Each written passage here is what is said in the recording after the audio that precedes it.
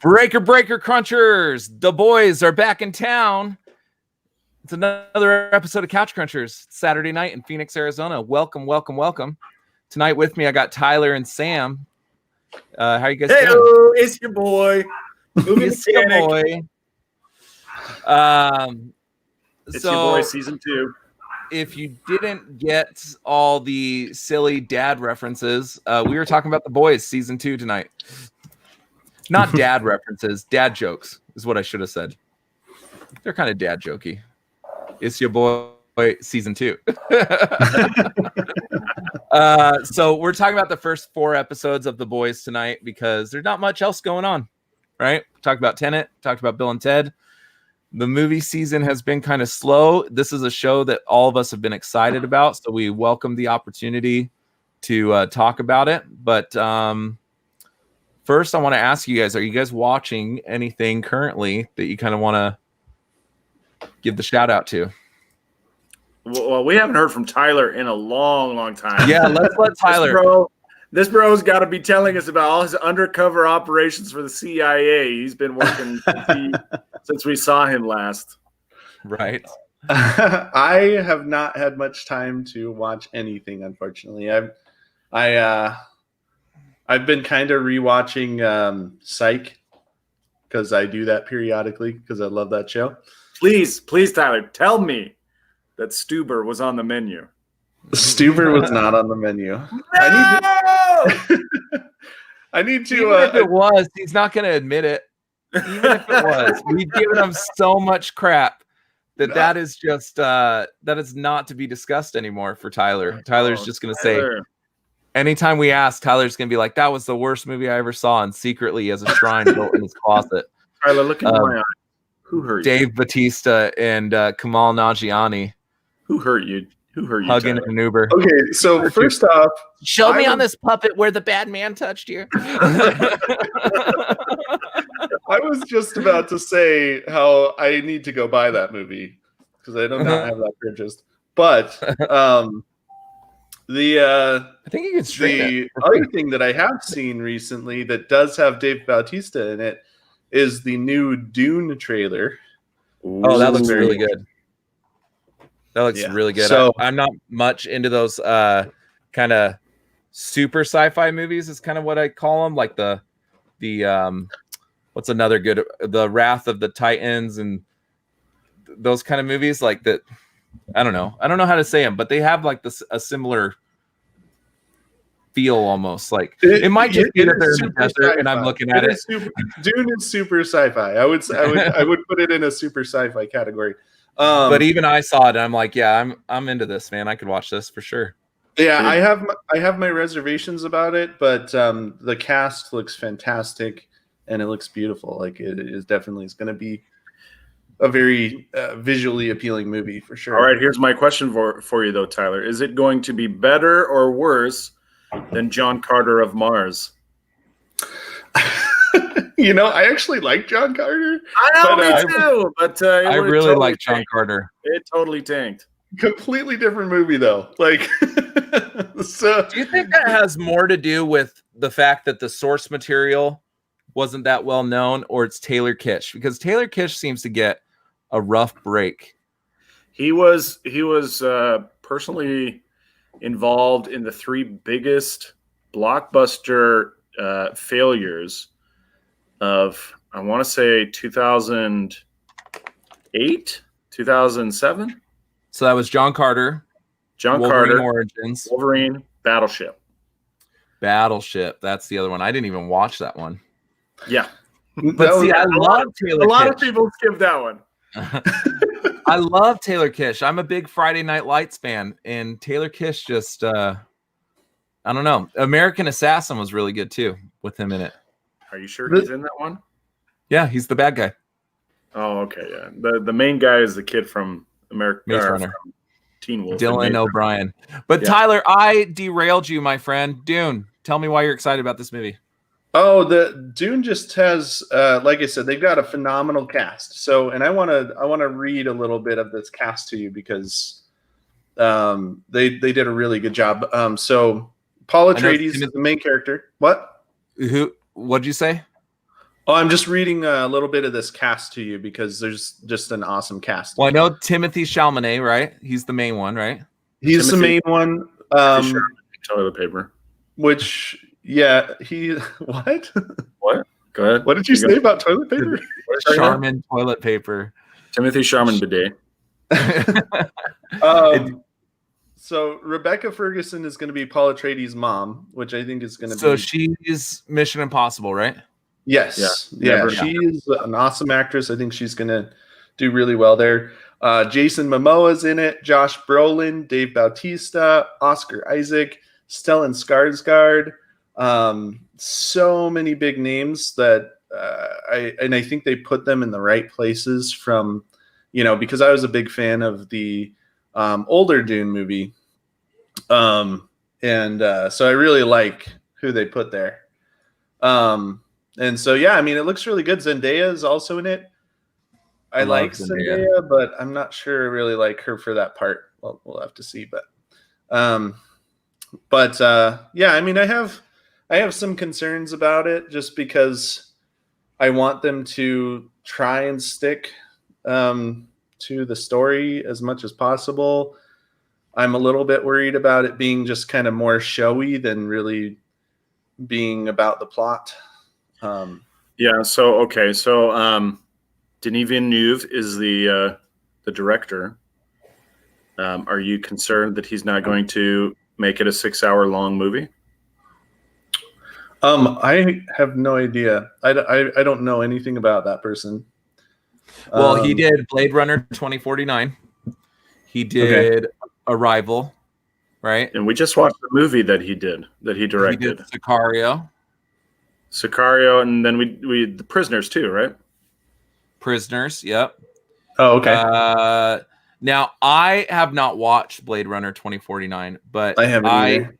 hear the thought that I've heard. Well, Sam, you can back me up on if what I've heard is true, that it does not live up to the Harrison Ford. It's not quite on par as far as the timelessness of it. Well, there's just like a lot of like moody, ambience building. There's a lot of like really grandiose camera work, beautiful scenery, beautiful sets that they're beautiful, even though they depict a dystopian United States, and the characters are all just very, bland. Yeah, Jared Leto is like the villain is so. He's just over the top. He just come off Joker. He was basically Joker. And now, my favorite of the movies he's done is Arrival, though. I love very Arrival. Good movie.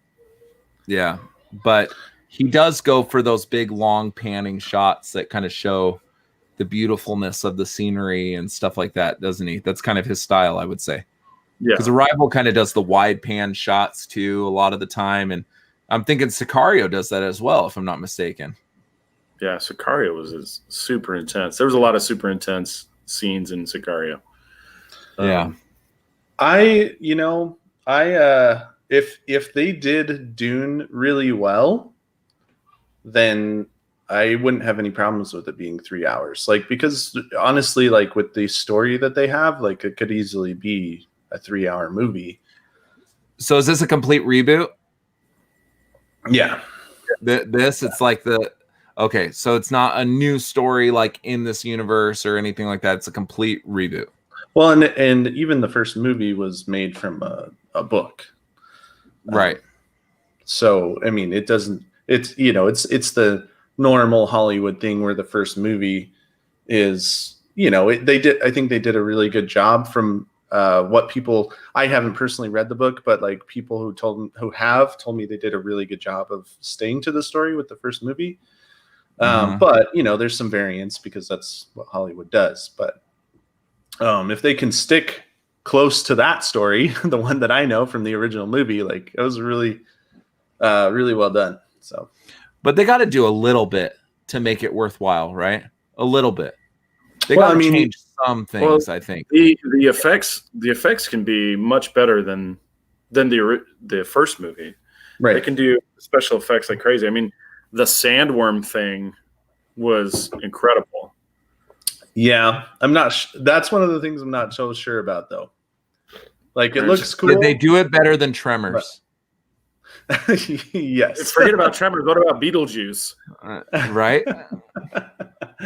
Yeah, no, I mean, like, yeah, no, it's what I would like to see is more of like something where when you compare like Rogue One, for example, Rogue One has really good visuals, but they brought the feel of the original, like A New Hope, like that look and that feel into the movie, even though it was way more aesthetically pleasing.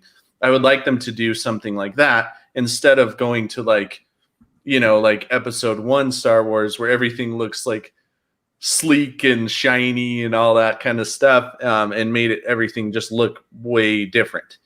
So that's what I would hope that they would do with this, which so far, from what I've seen from the trailer, like, I think it looks really good. I am a little bit leery about the worm design, even though it does look cool. I'm not sure how I feel about it yet, but we'll see. Well, I mean, it's got a ton of potential, so hopefully it's really good. I'm excited. Well, that definitely sounds like the kind of episode where we got to watch the old one and the new one and possibly compare the two. So maybe we should do an episode like that where we watch both of them and then talk about which one's got things right and which one's got things wrong. Have either of you read the book? No, like I say, I just know people who have read the book, so I've had like conversations with them. I never read the book before seeing a movie ever. Well, I didn't know if you had just read it previously. Like, I don't read books on the off chance that the book becomes a movie. Says the man with 100 mangas sitting behind him. Yeah, I gotta tell you, can't watch the anime after reading the book. Pay no attention to the novels behind the man. It's an illusion. You caught me with my pants down. The last movie came out in 1984, so it would have been really tough for you to read that book before the movie came out anyway. So I was born in 1982. I was a quick study. Oh man, Sam had his law degree at 11 years old. Wow. Out there with his Pokemon cards in tow. And got his law degree. Mm-hmm. I had all the shiny metallic ones from Burger King. I can name like 3 Pokemon. That's it. Oh yeah, let's hear it. Pikachu. Good. Yes. Charmander. Pass. Clear. Yes. And Jigglypuff. Check. All Pokemon. Good job. Oh, me too. Me too. Isn't that one? No, that's feminism. Oh. What is it? It's Mewtwo. Mewtwo. Yeah. Me too is you sexually harass somebody. I never understood Pokemon, man. I never got it, dude. It's all right. Like, I see the value in like the ones that you watch. What's the movie that we went and saw? What was that called? My Hero Academia. Like, I thought that was really cool. Like, I got into it, and I had no experience really with the show prior to seeing that movie or anything. So I see the value in that. I watched that High School of the Dead. I've told you I like that one, right? You like High School of the Dead? Yeah, that one's badass, dude. Oh my god, awesome, dude. 2 words for you. Jiggle physics.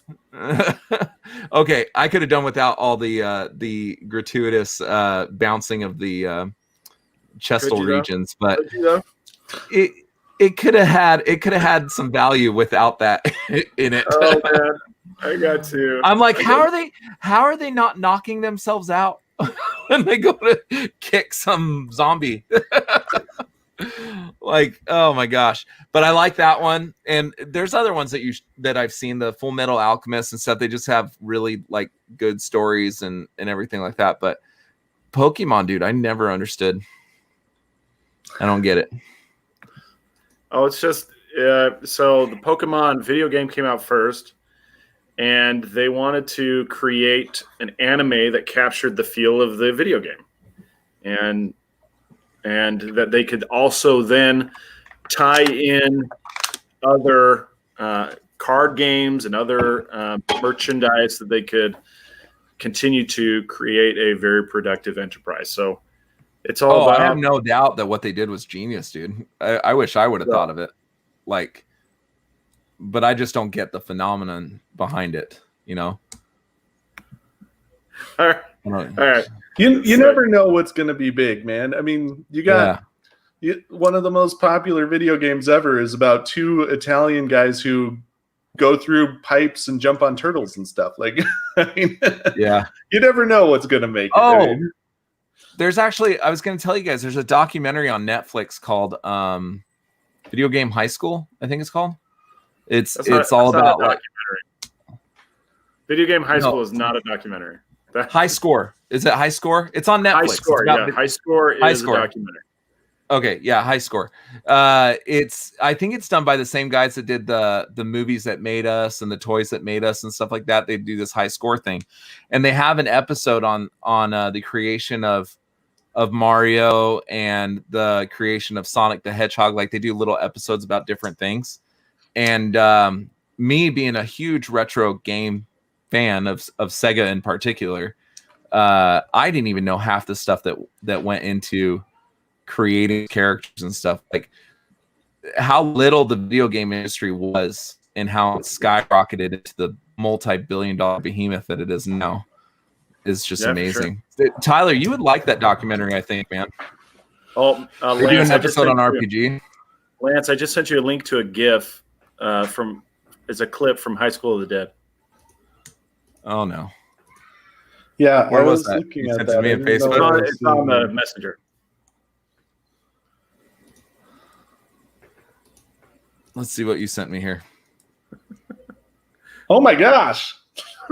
I didn't know what was happening for a second. Oh my gosh. The bullet passed between her breasticles. They juggle the bullet, dude. But you know what I mean? Like, they're sitting there flipping around and like killing zombies and all this stuff. How one of them hasn't knocked themselves out by their own boob is beyond me. Right? High School of the Dead has the most over-the-top boob physics in the history of anime. Yeah. But I did like High School of the Dead. I like the idea of them all being trapped in this high school and like it was the only safe haven. And I don't know. I like zombie stuff. You know that. You know that about me. Oh, sure. I just want One Punch Man season 3. Oh, speaking of, you were talking about the Italian brothers and all that stuff, Sam. That was Check out Tyler. my shirt.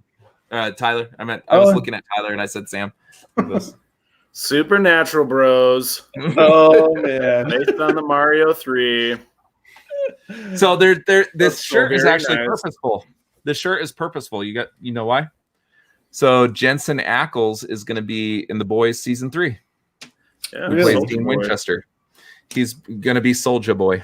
He's going to Superman that hoe. My understanding is Soulja Boy is gay. Yeah, but the song, doesn't he say, in the show he's gay? Yeah, in the show. Oh, I thought you were talking about the rapper. No, I'm not talking about Soulja Boy. I'm talking about. We should fix that real quick before we get what would it be, libel? No, slander. Libel be written. Slander is spoken. But yeah, so Jensen Ackles is going to be Soulja Boy on The Boys season 3, and there is another rumor saying that they were going to try to pull in Jeffrey Dean Morgan into The Boys, because I don't know if you know this, the showrunner for The Boys was the creator of Supernatural, Eric Kripke. Eric Kripke, yeah. Mm-hmm. Yeah. So in the first episode of this season, you actually see Bobby, who's played by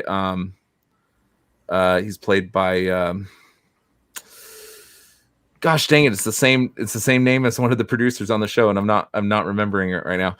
But he's actually in the the board of directors for the Vought company. Well,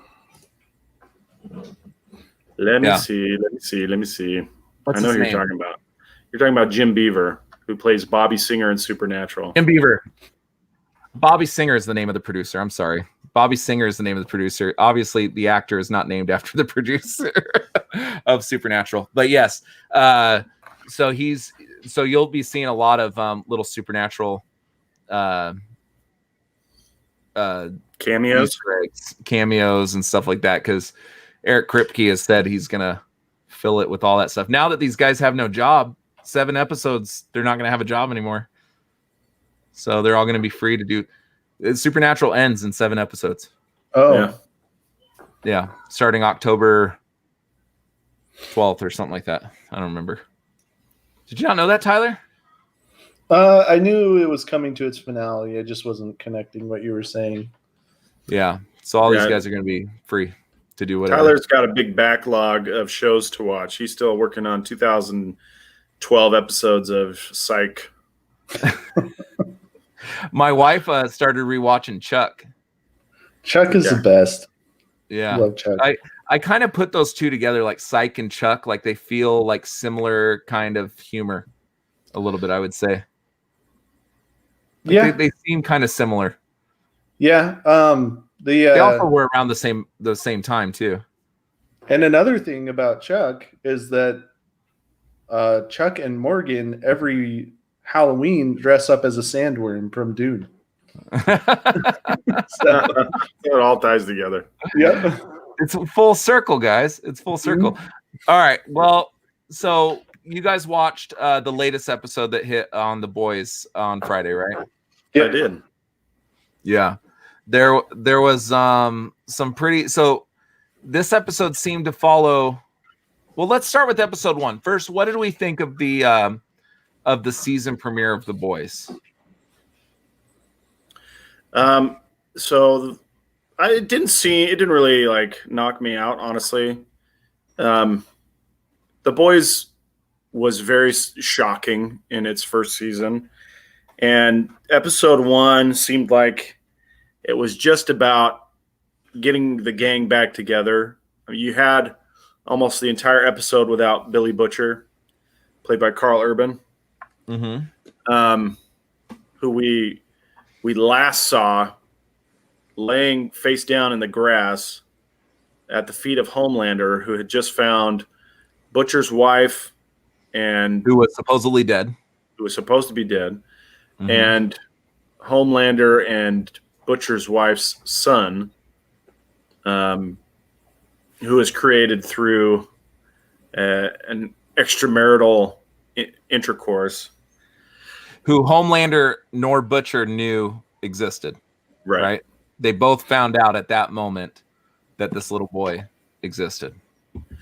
And so Butcher was he was gone. He was not there. And so there was probably some expectation. I know a lot of us, I know personally me and my wife were like, well, how did Butcher survive the interaction with Homelander?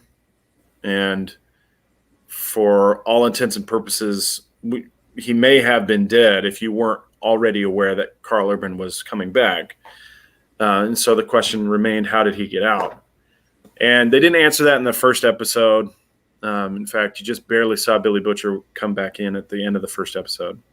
Mm-hmm. And it was just basically Huey trying to take over the role of leadership, which he did very poorly at.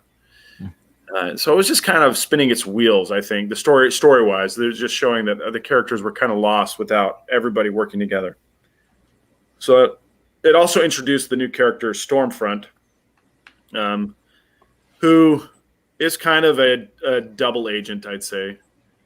She has a public face, which is very anti-corporate, and then her private face, which is very much corporate and very much following and doing what's best for Vought. Right. And what's interesting about her character is that Homelander doesn't know what to do with her at this point. He doesn't understand if she's on his side or if she's working to undermine him. And so he's basically trying to play his cards very close to his chest, which is an interesting way to see Homelander, because usually he's just kind of chewing up scenery and characters as he wills. And so to see him kind of knocked back on his heels by Stormfront, any character, and in this case, it is kind of satisfying for it to be a woman, but that is very interesting. Now, the rest of the characters are just kind of in free fall, I think, in episode 1. Well, they, I hadn't like gone back and rewatched anything, so I kind of didn't have a lot of The Boys fresh in my mind. But it did a really good job of immediately reminding me how creepy parts of this show are. Like when he's, when Homelander is drinking the milk. Yeah. It's like, oh, you're such a creepy weirdo. The guy who can regrow his arm, he just has people pay to like chop off body parts or whatever. Well, he's a new character, right? He wasn't in the first Gecko. They called him Gecko, and he was really just a cog in the grand scheme. Yeah, I'm just saying it very quickly reminded me, oh yeah, this show can get really creepy and a little bit messed up, And well, just to preface it, I don't know if you guys know this, but Seth Rogen is a producer on it. Yeah, his face shows up in like billboards all over the show. Yeah. So if you know Seth Rogen and you've seen like Preacher or any of his other, kind of more obscure stuff, you come to expect that it's going to be a little bit like you're going to walk away. That's what I remember about The Boys, the first episode of the first season, that scene where A-Train runs through Huey's girlfriend. Yeah. And it happens so sudden, right? You're not expecting it or anything. And it just looking at that with your mouth open, right? You're like, oh my gosh. Like first, you don't expect it. Second, it was so gratuitously bloody. I mean, he's holding his girlfriend's severed hands that are just mangled, like the body exploded, and all he's left with is the wrists and hands of this girl. I didn't feel like there was that in this first episode. Like, yeah, they chopped off an arm, but they didn't really show much of it being chopped off. I didn't feel like there was anything that was like jaw dropping. Yeah, maybe not to the extent, but like the one guy who had his arm smashed by the guy who can like, move things with his mind. That was really pretty gross. The guy was it the first episode when he smacks that blind guy's head? Oh yeah, that was badass. Yeah, and like I don't know if that was the first or the second episode. I think that was in the second episode. That might have been. But yeah. No, you're right. It was before they introduced Stormfront. It was right before they introduced Stormfront. So that was episode 1. Yeah, and then they had that like CIA agent's head explode. That was episode. That was really cool. That I wasn't expecting that. I think that was the first episode, because from there he goes and talks to somebody else. They're going to try to figure out who killed it, and he gets the yacht and all that other stuff. So I think that was the first episode where her head exploded. It was all before Billy Butcher shows up, right? Because that was Huey's little plan to try and get them out from the basement. Let's go talk to the CIA lady, and then they go talk to her, and then she gets killed, and they run back. It blows up in their face, and they're sitting there. They're sitting there in the basement, and then Billy Butcher shows up at the end. Yeah. So, yeah. I don't know. I like this season so far. I think I'm questioning the release of it. I know we talked about this a little bit last week, Sam. So there's only eight episodes, right? This season. Oh, I don't. They are. I believe it's 8. They already gave us the first 3, so they're gonna keep me waiting around for 5 weeks just to get the whole show. Like it seems like for such a small consumption to release it weekly, I feel like I'm not getting the satisfaction of it because I have to wait a week in between episodes. Well, let's talk about the interesting things that are going on with the characters right now. So Huey and Starlight are trying to find a dynamic that works between them. Right. They're both in mortal danger if Homelander finds out they're working together. So it's kind of a Romeo and Juliet type thing. Yeah, very much so. And that kind of comes to a head in episode 3, where Homelander and Starlight find Huey, and Starlight attacks Huey, and Homelander orders Starlight to kill Huey. And due to some intervention from some other characters, Huey's able to escape. But Homelander didn't forget about that. And then you have, of course, Billy Butcher, who now knows his wife is alive, and so he's obsessed with finding out where she is. He doesn't know where she is, but he's obsessed with finding her and then also getting her to safety. You have the Deep, who is getting caught up in a Scientology-esque cult that's trying With to Hawkeye. yeah, with a Hawkeye type character, who they're trying to place him back in with the Seven, so that they can start wielding influence over the Seven and over Vought. Can I ask you something about that whole thing?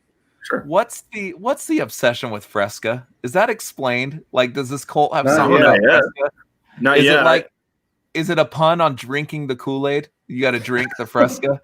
I think it's something along those lines, but it might be a clever product placement. But there may be some drug that is activated by grapefruit. Grapefruit soda. That's all Amazon needs is ways to build more advertising income is by placing cans of Fresca. I just was like, what is the deal with Fresca, man? Like, that's a thing I haven't heard of in 10 years, maybe. Fresca. Yeah. And when's the last time you drank a Fresca? The Deep had one of the more interesting scenes with his drug-induced conversation with his gills, voiced by Patton Oswalt. So he's talking to his gills. That was like one of the most disturbing, disgusting, and hilarious scenes. I was expecting his gills to be like, it was 1980 something. At one point, doesn't Homelander or somebody call it his man vagina? I believe that's a term that they use at one point. And I laughed. So they say something that really emasculates. Well, he says something about that, but he says cover up is disgusting. And he had he was trying to come to grips with the fact that he had these gills, and then Homelander kind of comes in and squashes all the progress he's making towards accepting his appearance. Yeah. So let's not even talk about the scene where they crash the boat into the whale. Yeah, so the Deep has had some really big ups and downs in the first few episodes.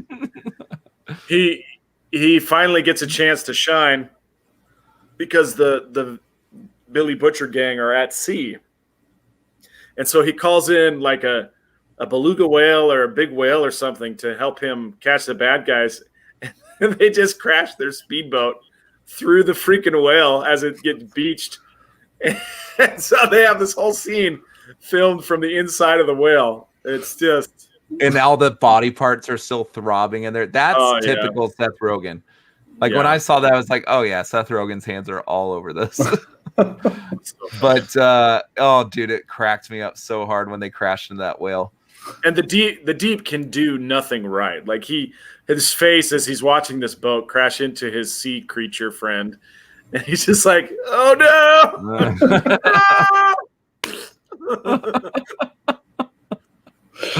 Oh my gosh. And that's right before the whole Homelander and Starlight scene that you were talking about earlier. And then who else? A-Train's having to deal with he comes out of a coma. Comes out of the coma. He's got some leverage on Starlight, but Starlight turns it around on him, and now he's dealing with the fact that he can't get his hands on any of the drug, the Compound V, that's giving him his abilities, and he's dealing with the fact that he's not fast anymore. He can't even run, really. He tries getting involved in a chase sequence, and he basically pulls his back and can't run. And and so we see in episode 4, the fallout from that is he's being replaced. He's being kicked out of the 7. That was the last episode, right? Right. That was episode 4. Well, I think one of the major things, like, because what I've been thinking about this whole time is Homelander's essentially psychopath Superman, and there's no kryptonite, and that we know of. That we know of so far. There's no kryptonite, and he the only thing keeping him from just ruling the planet with an iron fist is that he cares what other people think about him so much. Dude, you got to think of him as a cross between Patrick Bateman from American Psycho and Superman, right? He's this very corporate, very psychotic narcissist who's also supremely insecure, and he relishes the opportunity to kill people, but not at the expense of his public image. Right. Right. And so that's what I'm saying. He cares what people think. And so he wants to keep that good public image. But, towards the end of that last episode, he kind of, from Liberty, what's her name? Stormfront. So that's a big reveal in episode 4. And I think we should probably set that up before we just drop it on the audience there. But I thought we were just going into reveals like we normally do. Well, I think it's fine if you do it, but I think you got to set it up with the pomp and circumstance. I think that's the biggest twist so far. Stormfront comes in looking like kind of a post-millennial or late millennial feminist activist superhero. And then we get her in episode 3 showing that she's actually sadistic, violent, and she's super racist. Yeah, she's actually more like Homelander than what anybody realized up to that point. Yeah, we all thought that she was going to be one of the girls, girl power, and basically helping Starlight find herself, and really she's just out. She's out for some agenda that we don't recognize yet, and. Of that though. I muted your mic. I muted your mic because your keys were really loud. So say what you're going to say again. So I was really skeptical of that because she comes in as this like anti-Vought person, and she's like helpful to Stormlight or whatever in her own weird way, but she Vought, the leader of Vought, what's his face? Chicken guy from Gus Fring. Yeah, Gus Fring. Yeah, Gus Fring. He fought to keep her in the 7 so hard, and it's like, why did they want her? So I was always skeptical about her intentions because of that. Like, Vought fought for her to be there, so why? Well, I think is a thing of Vought potentially thinks that Homelander's getting too big for his britches. So I think that this is more so of let's expose the evilness of this company and have our chance for our rebirth, and all these the old Vought will get thrown by the wayside, and now the new Vought can come up. You know what I mean? Like it's kind of I think there's a PR move in it. Like, Vought's not going to come out and say, oh yeah, we hired Stormfront to trash our company. But I think they want a lot of this stuff exposed so they can get rid of the old regime. Because look, they're putting people into power, like the girl that used to be the secretary and is now leader, or like the PR person for the 7 is basically a puppet. Yeah. the handler of the Seven. She's basically a puppet for the company and for Homelander. So I think there's a fear from the company that Homelander could, run away with this thing. Well, so here's a thing that has bothered me for the last couple episodes, which is we don't know that it was Starlight who leaked the Compound V. We didn't actually see her do it. They've kind of just been saying, you did it, but do we know that it was her? Do we know for sure that it was her? And if it was her, did Vought kind of manufacture that whole thing? Kind of sensing that it was coming, so they wanted to get ahead of it and create a situation they could control. Well, that's even referenced by Starlight, right? She says, we came out with this thing and it's not doing what we thought it was going to do, right? But she doesn't say we came out with it, but the Compound V was finally exposed and it's not taking down Vought when she's talking to Huey under the bridge. It's not taking down Vought like we thought it was going to do, right? Yeah, which makes me think that maybe there's something more to that they haven't revealed to us yet. Like maybe they're being puppets on a string. Behind the scenes, there's somebody who's controlling Gecko, who's putting the people in Starlight's connections, under surveillance or whatever. And here's the other thing too. I mean, Huey and those guys could be easily found with the superpowers that these people have. They could find them quickly, right? And they haven't been found yet. Like there are a lot of time where they're just roaming around the streets and they don't get found. I think Homelander and them want to find them, but the resources are there to find them quickly, and they haven't done that. Right. So maybe they're just pawns. Yeah, I think there's some machinations going on. I think Gustavo Fring is pulling some strings behind the scene, and then with the reveal today that, in the last episode, Stormfront, this young-looking millennial-esque superhero, comes in, and we find out that actually she was a superhero, or at least there was a superhero who looked like her, operating 70 years ago, named Patriot, who was doing things very similar to what we see Stormfront doing to the Japanese guy, where she's very brutal, very racist, just kills the dude and leaves him for dead, and then moves on. And there's this reveal today that, gosh, maybe Stormfront actually is Patriot, or Stormfront is Patriot, certainly. And we have to find out what's going on with her. And there's this scene that I'm waiting for showing up that they teased in the season trailer, where Stormfront opens her shirt so that Homelander can shoot lasers at her chest because it excites her.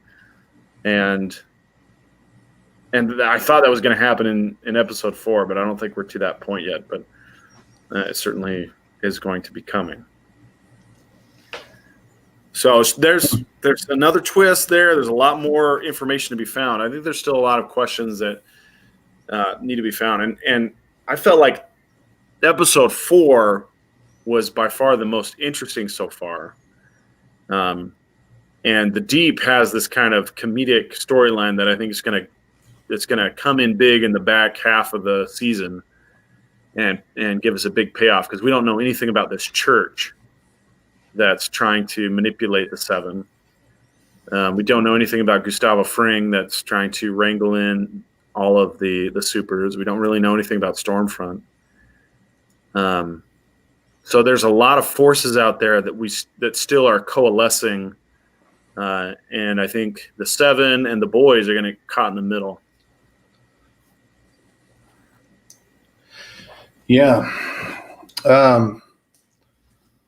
There's so much going on in this, and it's such a short season, I know, but one of the things that has always bothered me about this show is that you never actually see the superheroes, like anyone in the Seven, actually saving anyone. Like, I wonder why the public has such a high view of them when it seems like their days are just consumed with, PR stunts Well, and that just speaks to how easily the public can be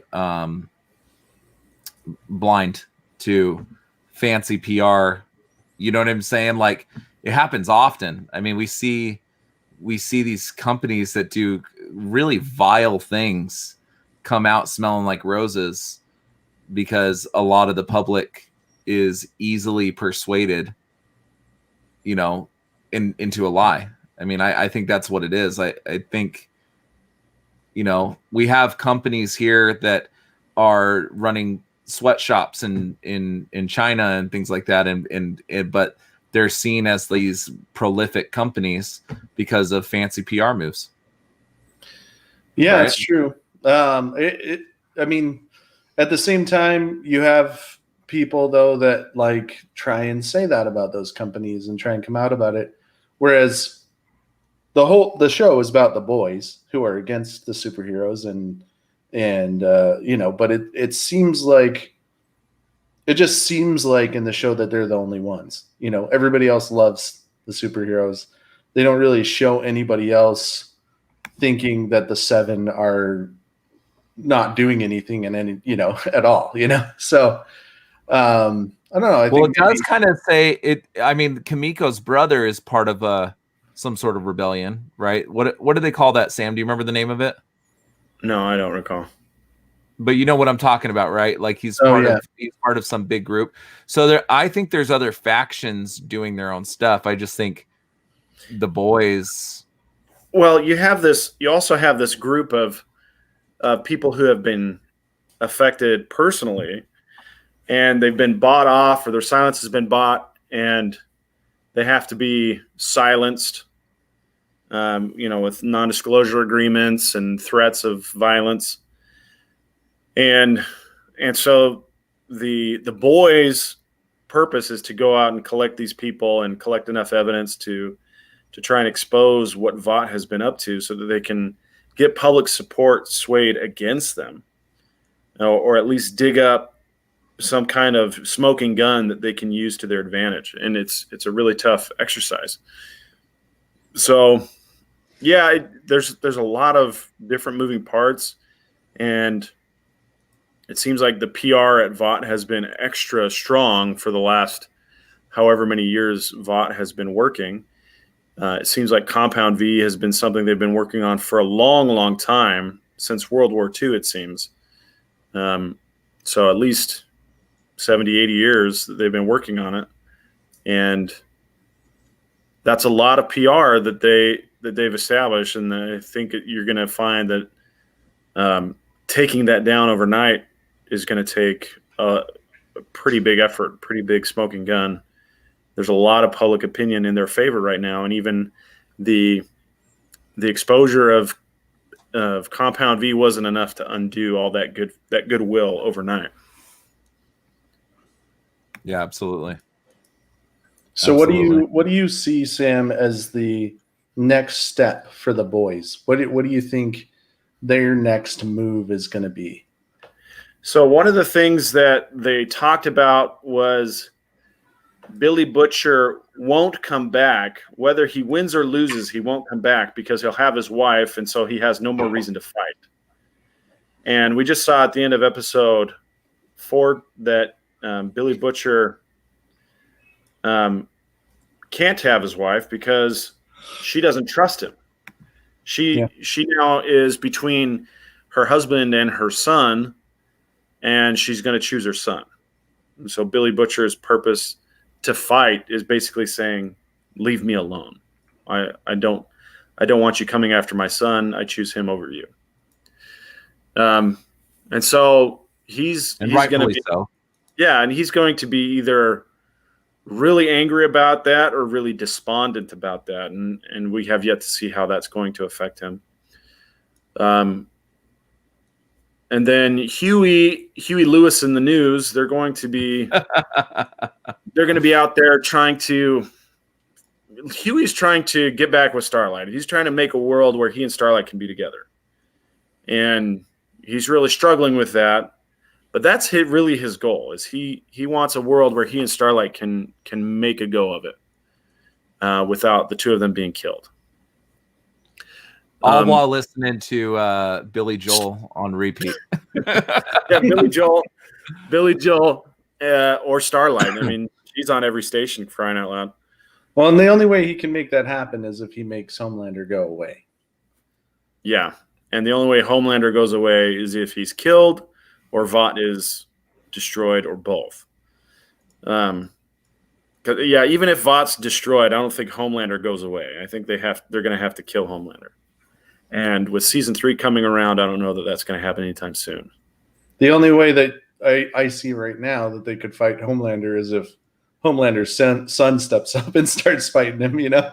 Well, and, Stormfront seems to be pretty formidable too. But that's one of those things where if Stormfront eliminates Homelander, she becomes even worse, right? She's the worst tyrant over the horizon who's just waiting to come in and step in to fill the power vacuum. Yeah, because it seems like Homefront's issue is that he thinks he's supreme over everyone, or Homelander, and Stormfront is downright racist, right? Like, she kills that guy and calls him yellow or something. I don't know what she said, but she said some racial slur. Something racist to him. Yeah.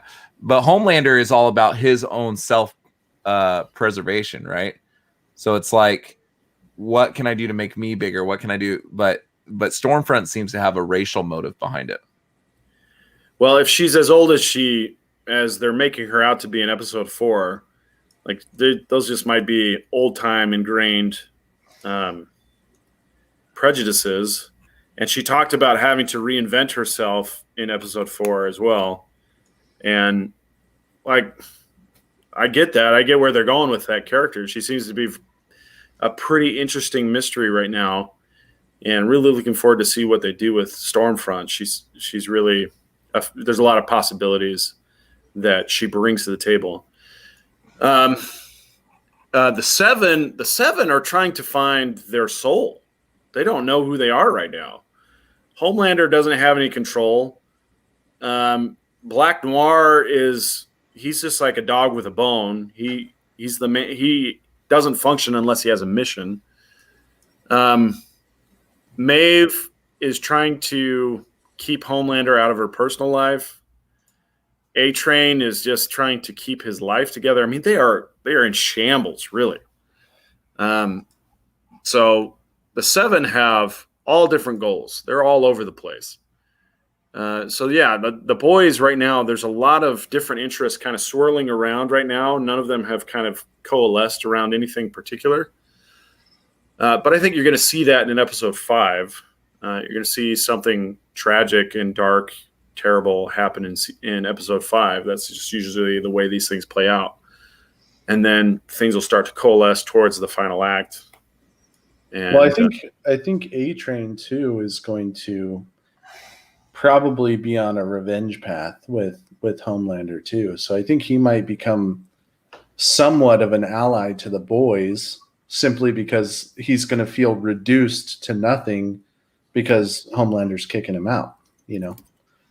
That's true. He might align himself next to what's her face? The girl, Huey's girlfriend. Yeah. What's her name? Starlight. Yeah. Thank you. Sorry. It might become an enemy of my enemy is my friend, you know. But what I think is going to happen soon is I think the boys are going to suffer some sort of loss. One of their members, something's going to happen. Whether it be the milk lady, what's his name? Mother's Milk, or the one that's in love with Kimiko. What's his name? Frenchie. Thanks, dude. I don't remember them, man. I don't remember all their names. I know Huey, Butcher, and Homelander. That's about it. That's about 80% of the show. But I think You can't be expected to put your pops down to pay attention to the details. You got guitars to write about. You got guitar songs to write about your pops, your love of pops. I should write a Funko Pop song. I just like that we're calling Gus Fring for this show. Dude, do any of you know his name? Yeah, it's no, I don't know. I looked it up. It's Giancarlo Esposito. Giancarlo Esposito.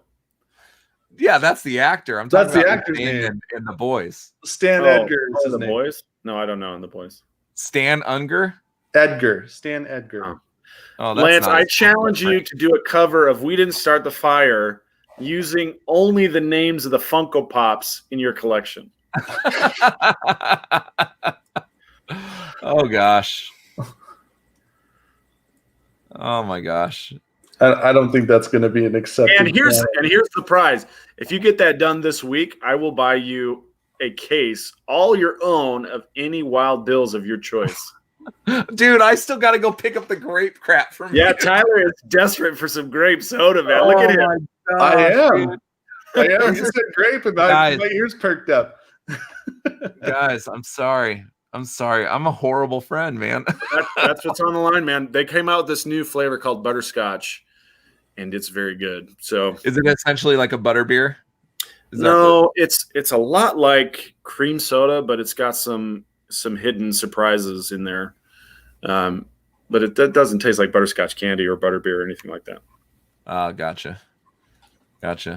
Yeah, man, I can't wait for Comic-Con to eventually happen again, because Wild Bills is going to be the first thing I go to.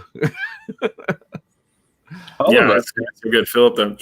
Yeah. I don't want to be walking around Comic-Con without a Wild Bills soda in my hand. You guys are gonna get so dehydrated. So every third glass has to be water. That's the rule, guys. Otherwise, you get sick. It's the same rule I give my kids. So every Comic-Con, I usually, the beginning, like the first day, I bring a backpack with like 8 water bottles in it, which is nice because it's really heavy in the beginning. But as I tire, my backpack gets lighter. So it's it's a nice little trade-off. That's good. One year I tried a Camelback. That was not a good idea. It got really yucky. A couple hours in. Started to get warm and stuff. Whoever thought Comic-Con in May or June was a good idea is Square Egg thought that. At least in Arizona, I mean. Yeah. But yeah, so do you guys think so first of all, we know Kamiko's brother was murdered by Stormfront, right? So yes. Kamiko now has a new vested interest into this whole thing. Frenchie has a vested interest because he's in love with Kamiko, right? Mother's Milk has a vested interest because he wants to be back with his family. Huey because of wanting to have a relationship with Starlight. But I feel like most of that isn't enough. Like something big has got to happen to get these guys angry, whether that's Starlight being murdered or Mother's Milk being murdered or something happening. It's really going to ignite these guys. Yeah, I think Frenchie is probably the closest to getting his head on the chopping block. I don't think Mother's Milk is going anywhere. But Frenchie is, I mean, what's he doing? They don't have anything to hack. They don't need his skills right now. Right. He's just kind of mopey, dopey boyfriend or, jilted lover trying to get with Kimiko, and it's not working. And she's fixing to start a fight, and he just gets in the way. Well, guess what? We need more fights to happen. So guess who's got to go? I think Frenchie's going to go. Well, he's on the chopping block. Yeah, I think that's a real possibility. The other thing I was thinking about is Maeve's girlfriend too. Yeah, so there is something that we saw. A little reveal is Homelander now knows that Maeve is a lesbian, right? Homosexual. What's the more appropriate term? LBG, whatever. I don't know. But She's got a girlfriend. I'm trying really hard to be politically correct, guys. I'm trying so hard. I guess that in and of itself is not politically correct because I'm trying so hard to be politically correct. So we now know that Homelander knows about her lover. What's her name? Ella? Yeah, something like that. Elena. And Elena. so, and then he tells Vought about the lover, right? But do you think it's because? No, I already know the answer to that. I don't have to question. So he does it because now he has the perceived that he is a welcoming of minorities, right?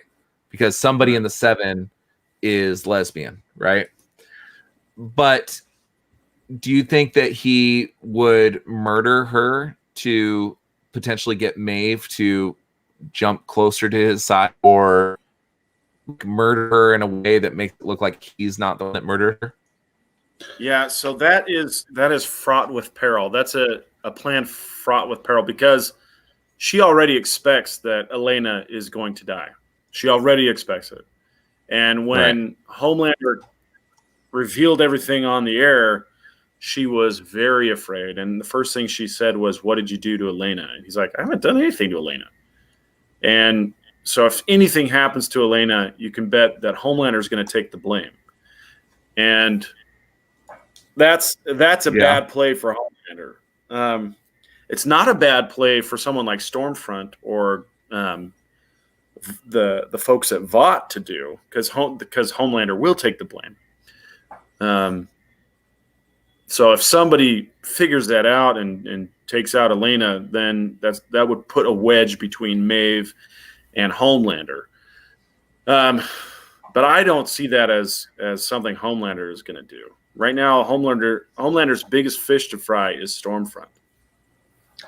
Right. My thinking is that, Frenchie. Oh gosh, that reminds me. I want a device that just clicks through all the memes automatically, like Homelander has in his office. He's just got a remote. He just clicks it, and the memes just cycle. Boom, boom, boom, boom. About that. I'm like, what is this remote? Like, what? What is it? This is my meme remote, and it just shows me all the memes. I just click it, and it gives me a new meme. If I want a meme, I just click it. New meme. That's called Instagram, bro. That's called Instagram. Just surf Instagram. Oh wait, Instagram is cookie. I've seen all the memes on Instagram on Reddit 3 days ago. Anyway, my thinking is like Frenchie very well could die. I think that's very real possibility. Plausible.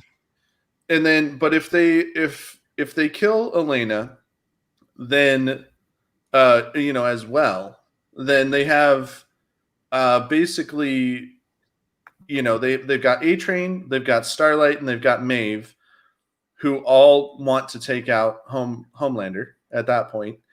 So they can team up with the boys. Then you have Stormfront.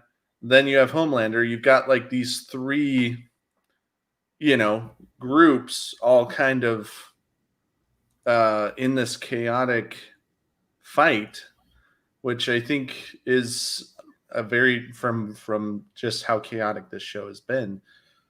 Seems to me like it could be a very real possibility and could create some really intense situations with all these characters. The problem with that, Tyler, is that we don't have his Achilles heel yet. We don't know that Homelander can be defeated. He certainly is mentally and emotionally unstable, but physically speaking, he's invulnerable, at least that we've seen. There may be a vulnerability exposed soon, but it hasn't been exposed yet. And until they find something like that, anybody teaming up against Homelander is facing a losing battle. Right, which has been the boys the whole time, honestly. Like, I mean, Carl Urban, he wants to take out Homelander. That's like his end game the whole time. Is his name Carl Urban? That's the actor, right? Yeah. Really butchered Carl Urban. Why did I have what's the Keith Urban? When you said Carl Urban, his Keith Urban's picture popped in my head, the country singer. I was like, that can't be right. I was gonna say Amer, but then I was like, Lance doesn't know who Amer is. I couldn't remember. He's Lord of the Rings, right? Yeah. He's also Judge Dredd. He's also Judge Dredd. Yeah, he's in also Thor. Scourge from Thor. He's also Bones from Star Trek. Yeah, that was my first interaction with him with Star Trek. Anyway, you've seen him in lots of stuff, Lance. I just said Keith Urban. You're just like, this Urban fellow, he's quite good as an actor. Mm-hmm. What if it's in relation to Keith Urban? Watch their cousins or something. Seems to be like, well, they're damn, Lance. countrymen. They're countrymen at the very least. Yes. I don't remember what we were talking about anymore. Keith Urban thing derailed me so bad. Oh, I'm sorry, guys. It's one of those nights. Max is not here to tell me to shut up.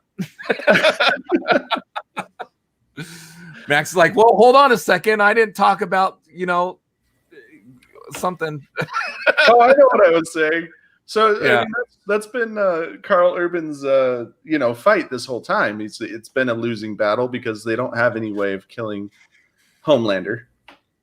But the chances only increase as more and more powerful people join the team and try and figure it out.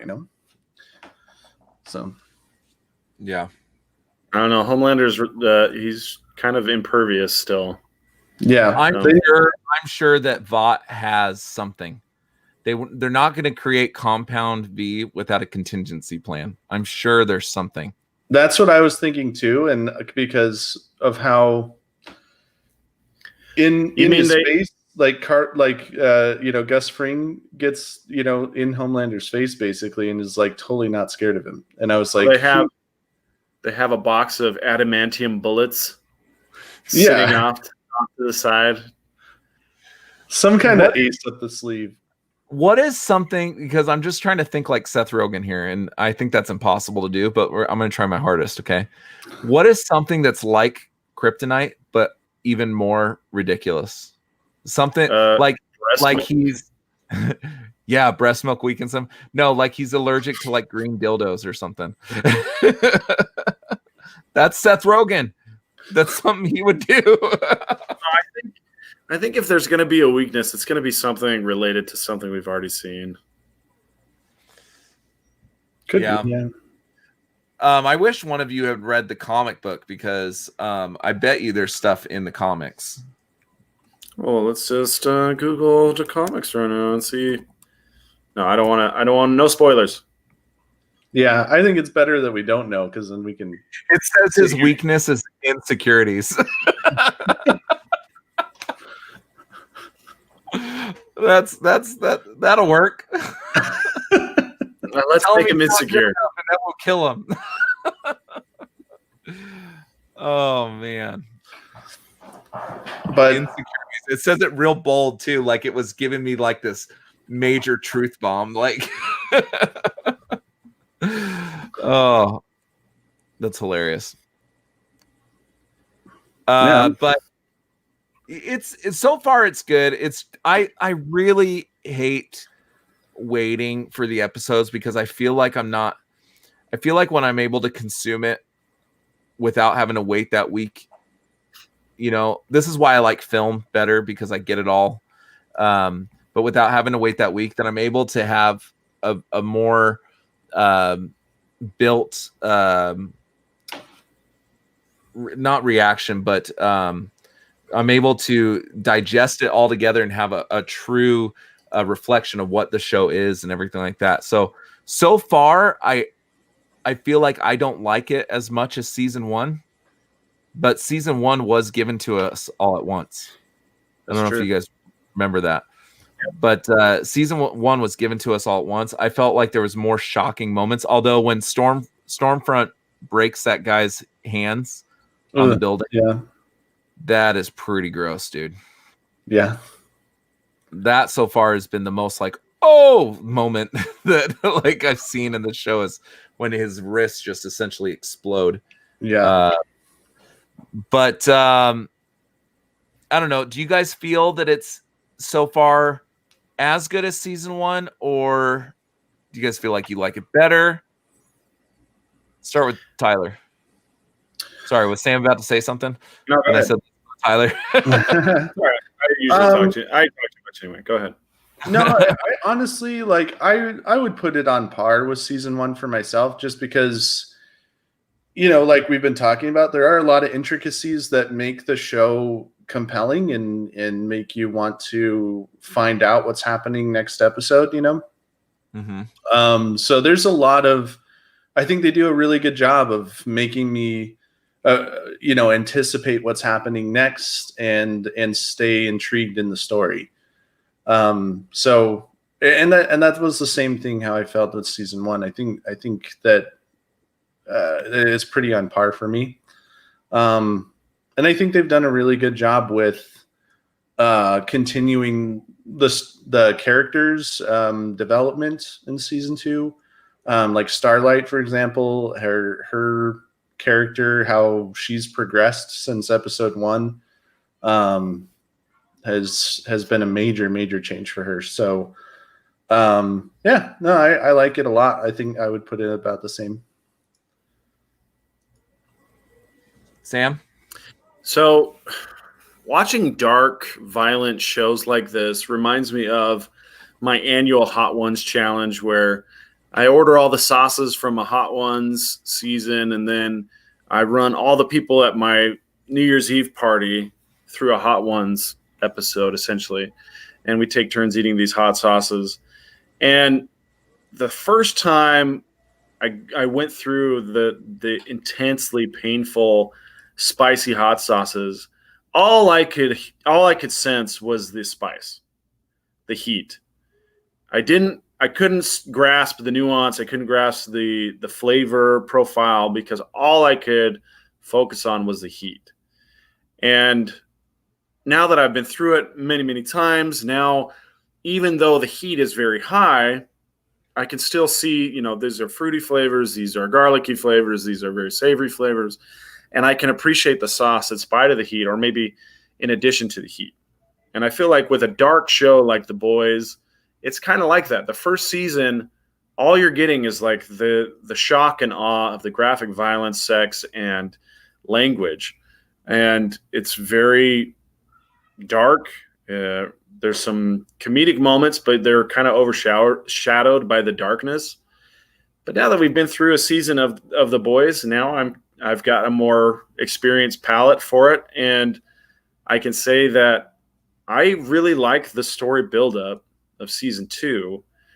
It has been a little slow. The first couple episodes were slow, but in episodes 3 and 4, I feel like they've brought a lot of intriguing elements into the story, and I'm excited to see where it goes from here.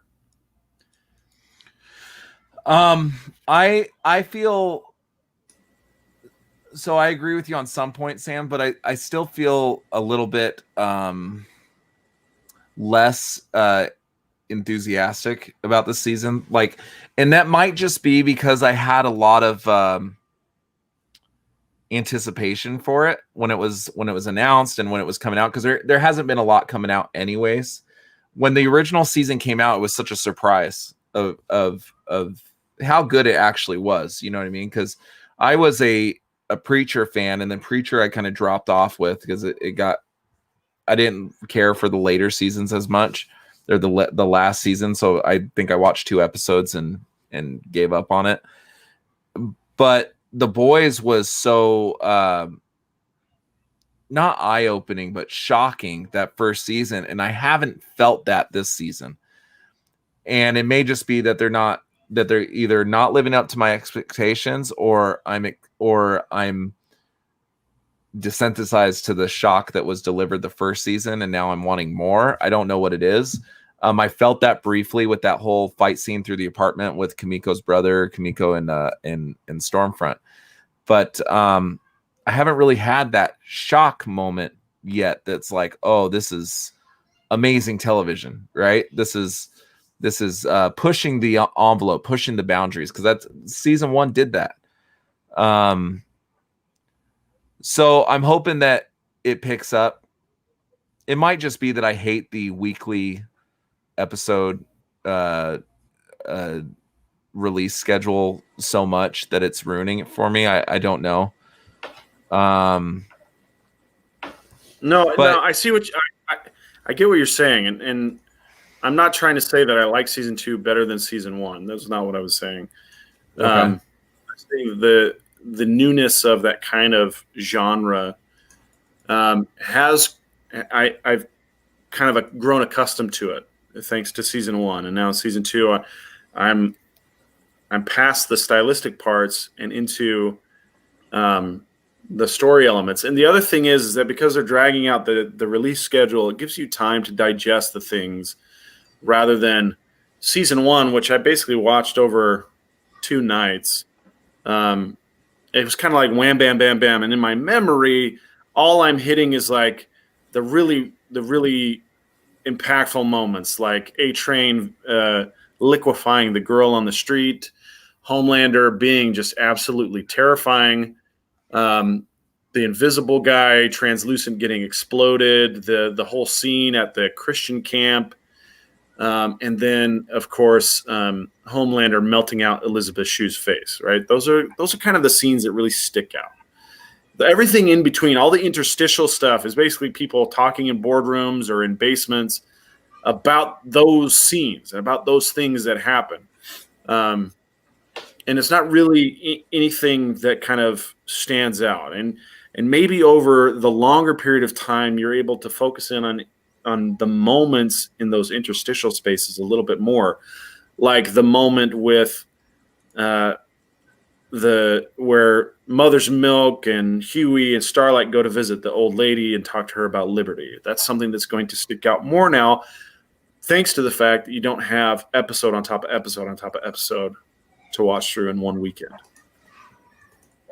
I really actually did like that episode where they kind of went on their little road trip a little bit, but I guess I agree with what you're saying. Well, let's give our ratings real quick. You guys feel like you're ready for that? Yeah. This is just for episodes 1 through 4, so the first half of the season. The first half of the season, because I believe it is 8 episodes.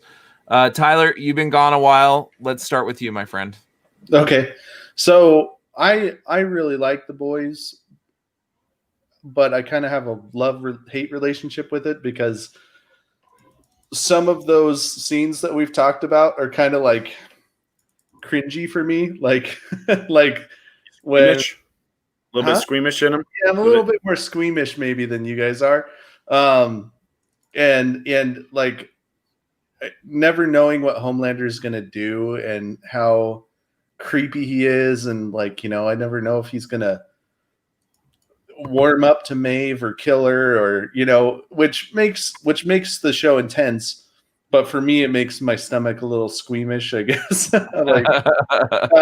So I have a hard time with some of that stuff. So it's a little bit harder for me to enjoy parts of it, but whereas other parts, I really, really like it.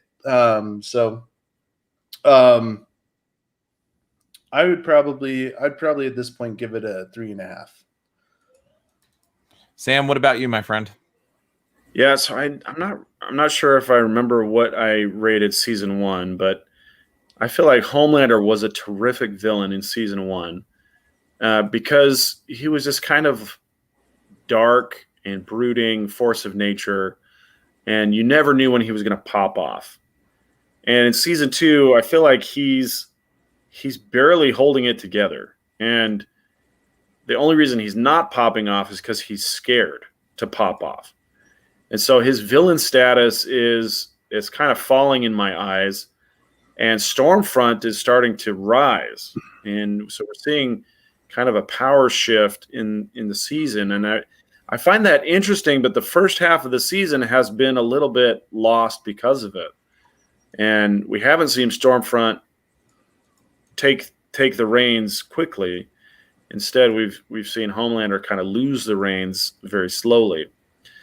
and that has diminished it in my eyes. But it has been a lot of fun as far as the story development. So I'm going to agree with Tyler and give it a 3.5. Yeah, so I agree with both of you. The squeamish parts, I don't really hit that. The drinking of the breast milk and stuff. I mean, I also want to comment on that. There's this TV tropes net or .net or something like that. But there's a website where it talks about all the TV tropes. And one of them is drinking milk. And when you have someone, an adult, drinking milk, it always indicates that they're a villain. And I was trying to think about any recent movies where you see someone drink milk. And you know who drinks milk is Pierce from Captain America Civil War. Right before they reveal that he's a villain, he drinks a glass of milk. Interesting. So it's kind of like keep an eye out for this because it's like foreshadowing almost. So drinking milk is like something that children do, right? And so when you have a grown man drinking milk, it's so weird and it's so antithetical to what we consider men to be that it's supposed to clue you in that there's something wrong with that person. Hey, I agree, man. I think drinking milk is weird. I don't drink milk at all. I drink a ton of milk. Yeah, I am not a fan in the least. Milk kind of grosses me out a little bit. The only examples that I can think of people drinking, like, it's funny that you bring that up because the only examples I can think of people drinking milk would be like the blue milk on Star Wars. And then the movie The Replacements, there's a scene at the end when the pastor drinks milk at the bar when everybody else is drinking alcohol, and he gives like a toast. I can't think of anybody else drinking milk in movies, so I don't know enough examples, I guess, to like substantiate this claim about the milk. Well, Tyler, I think it's just because you don't notice because you think it's normal, and deep down you're just an evil guy. I guess. Tyler drinks milk, therefore he's baby murderer, like serial klepto bad guy. I mean, he does films with puppies and stuff. Like he's just horrible. Not to put a light on it. Snuff films with puppies is very bad. Don't do it. Don't do that.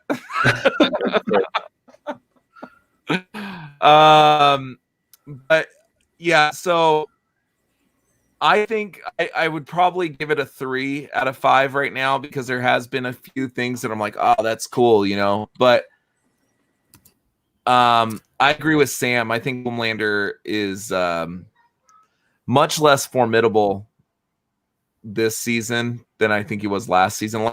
Last season, it was like, how are they going to stop him? And now, I mean, it seems like all somebody has to do is just remind him that he killed his mother figure and that he's going to become a shell of himself. I don't get it. I think the real way to defeat him is not defeat him, but seriously cripple him to a point is to run away with his son, just vanish. Because that seems to be the only thing that really matters to him right now is his son and the presence he holds within the company. But I'm hoping it'll get better for me because last season I think I gave it a 4.5 out of 5, and right now I'm at a 3. I know I loved last season so much that I know I gave it high praise, so it was at least over a 4. But yeah, I don't know. I want more. I think that's what it is. I just want more. In a time when there's so little to consume. I mean, my Anna and I sat down. We started watching 6 Feet Under because there's nothing really new to consume. So we started watching 6 Feet Under, some old shows from the 90s and stuff like that because there's nothing else. So I just want more, Oh, well, there's this new movie on Netflix. I don't know if you heard about it. It's called Cuties. Oh, man. Oh, yeah. So we're flipping through. So I didn't know anything about what was going on with this Cuties thing, right? And for our listeners, if you don't know, Cuties is a new Netflix film. It's foreign, right? It's It won some French. foreign. It's French, yeah.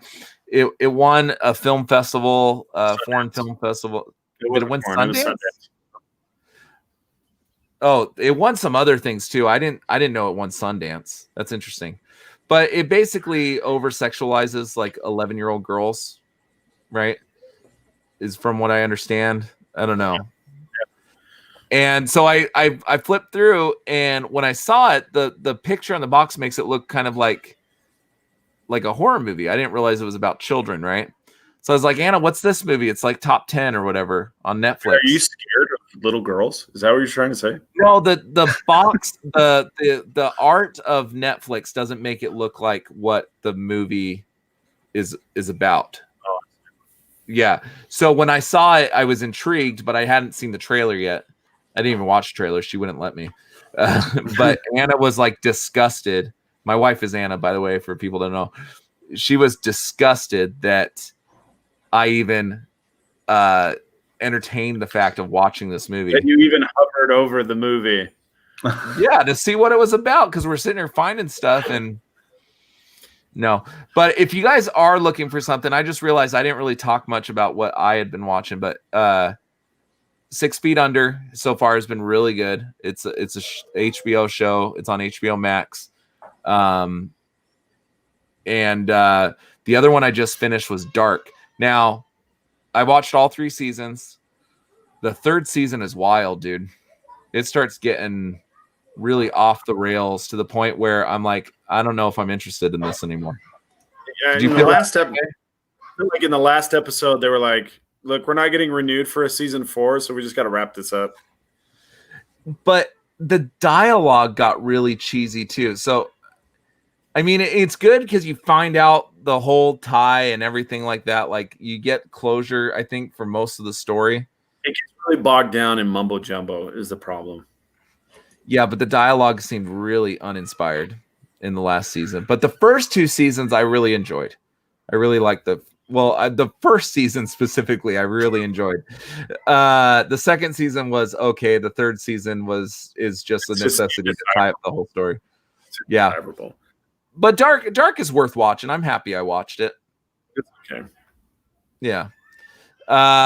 But yeah, if you guys want to watch Dark, and then the other one I'm watching that you two should really check out, it's on Apple TV. So far, I have not seen anything. Everything I've watched on Apple TV has been A+, in my opinion. But this show is called Ted Lasso. Have you guys heard of it? Okay. No. Ted Lasso is Jason Sudeikis, and he is an American football coach, right? He teaches a college team. He won a championship with them or something like that.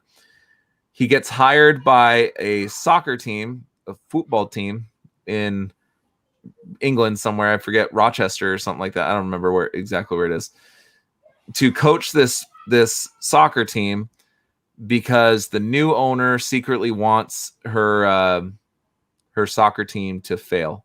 So she hires a guy that knows nothing about soccer, and it's absolutely hysterical. It's so funny. Major League. It's essentially, but it's more, I don't know, irreverent. British. But it's more British. Jason Sudeikis puts in Major League. What's that? It's more irreverent than Major League. When was the last time you saw Major League? Not irreverent. That's not the right word I'm looking for. It's more Major League was really it's been a while since I've seen Major League, but Major League was kind of dumb, a lot of it, like the premise of it, but this is less dumb. Like the stuff that they're doing, it's less slapsticky. So not irreverent is not the right word I was looking for. It's less irreverent than Major League. Okay. Yeah, but you guys should check it out. If you want to watch the trailer's hysterical in and of itself, but it's a really dysfunctional football team. This guy comes in and he has to coach them, and secretly the owner wants them to lose, and he just does a lot of things right and things that shouldn't go right. So it's worth watching. Nice. Okay. Cool. Apple TV, guys. It's worth it. I do like that guy on Last Man on Earth too. Jason Sudeikis? Yeah. Yeah, he was the astronaut. Yeah, which I think that show needs a revival considering their current pandemic state. Yeah, that show. So I really loved the first like 2 or 3 seasons. I forget how many seasons it was, but I didn't watch. 4. Yeah, it's 4. It was 4. I didn't Mhm. watch like midway through the 3rd one, and the 4th one I quit. Really? Yeah, Carol got a bit too annoying. Was it Carol? Yeah, Carol. It's the main guy's wife. Yeah, so Carol got a bit too annoying, and Will Forte got a bit too unbearable. Like, just Well, he actually starts being smart at the end of the 4th season. yeah, but see, they lost me already, so I wouldn't even know that. He's still mostly an idiot, but he finally wakes up and goes, guys, we need to start making like the right decisions so we can sustain ourselves, you know. Whereas everybody else just wants to like drink themselves into the ground, you know. But so when we first started this podcast, I was selling that show quite a bit. I really enjoyed it, and then I just lost interest. They got really dumb when they moved into that big corporate building, and they built a house like in the corporate building. I'm like, this is dumb. This just lost me. Like I didn't make it out of Malibu. I quit out in Malibu. Malibu is where Will Ferrell gets killed. That's the first thing that happens in Malibu. yeah, But they stay there for a whole season, I think. yeah, they And do. I didn't finish that season. Couldn't finish I it. think that was season 3. So 2 seasons in Tucson, season in Malibu, and then I didn't get past Malibu. So you made it into season 4, Lance. Where she gets locked in the elevator. I don't know that I remember that part, but the corporate building I think is season 4. Anyway, I love that show, and I wanted to come back, and I hate that we didn't get to see like what happened, you know, because well, spoilers for you guys, I guess they end up finding this field of all these fruit trees and stuff, and that they look like they've been tended to and stuff, and then this whole group of people comes up out of the ground, like they've got this like underground bunker. There's like a whole bunch of them, and then that's the end of the season, and that's where the show stops. It seems like a great place to stop. They found civilization. Where could they go from there? Oh, I know what he can do. He can totally butcher the voice of Shaggy. You know, what would have been really awesome is if, as all the people are coming out of the ground, he lights up a lightsaber, like Anakin about to kill the younglings. Oh, that's awesome. Oh, the other one you guys should watch that's really funny is Teenage Bounty Hunters. Have you guys heard of that one? Yeah, I started watching it on your recommendation. It was very funny. It's really funny. It's a bit dirty, so I don't know how Tyler's going to handle it because I mean, it's not dirt. Like, I don't know. It's a bit outlandish, but Okay. you should watch it, Tyler. It's really Okay. funny. I'm looking it up right now. Yeah.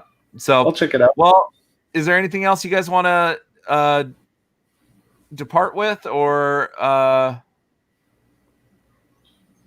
all No, at I once? think we pretty much We're covered good? it. Well, this has been another episode of Couch Crunchers.